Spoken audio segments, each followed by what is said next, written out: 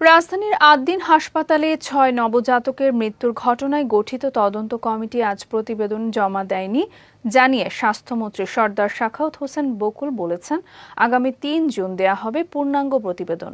আজ রাজধানীর মহাখালীর স্বাস্থ্য অধিদপ্তরে সাংবাদিকদের সঙ্গে আলাপকালে তিনি এই তথ্য জানান। বলেন, তদন্ত কমিটির প্রতিবেদন আজ জমা দেওয়ার কথা থাকলেও সন্তানহারা মায়েদের বক্তব্য এখনও গ্রহণ করা সম্ভব হয়নি। এ কারণে কমিটিকে আরও ৩ দিন সময় দেওয়া হয়েছে।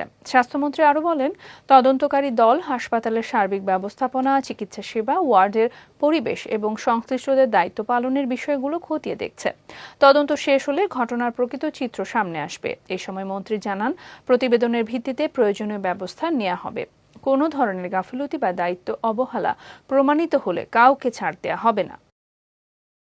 পূর্ণাঙ্গ রিপোর্টটা পাবো, তখন আপনাদেরকে আমরা রিপোর্টটা জানাবো। প্রাথমিকভাবে জিনিসটা না জানাটা ভালো, কারণ ওই 3টা মায়ের স্টেটমেন্টটা নিলে পূর্ণাঙ্গ রিপোর্টটা আপনাদেরকে দিলে আপনারা পূর্ণাঙ্গভাবে জাতিকে জানাতে পারবেন। এবং একটা কথা শুধু আপনাদেরকে বলি, আমরা অত্যন্ত সিরিয়াসলি জিনিসটাকে নিয়েছি এবং এটার সঠিক তদন্ত বের করে আমরা মেডিকেল সায়েন্সের যতটুকুন পর্যন্ত এটাতে শাস্তিযোগ্য অপরাধ হয় ততটুকু পর্যন্ত আমরা কাউকে ছাড় দেব না।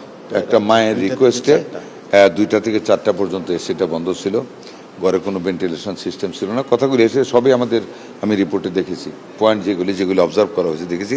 ওয়ানলি ল্যাকিং মায়েদের স্টেটমেন্টটা পাইলে we can reach at the conclusion এবং আমরা আপনাদের মোকাবেলা হব বলে দেবেন, তবে কোনো ছাড় দেওয়া হবে না।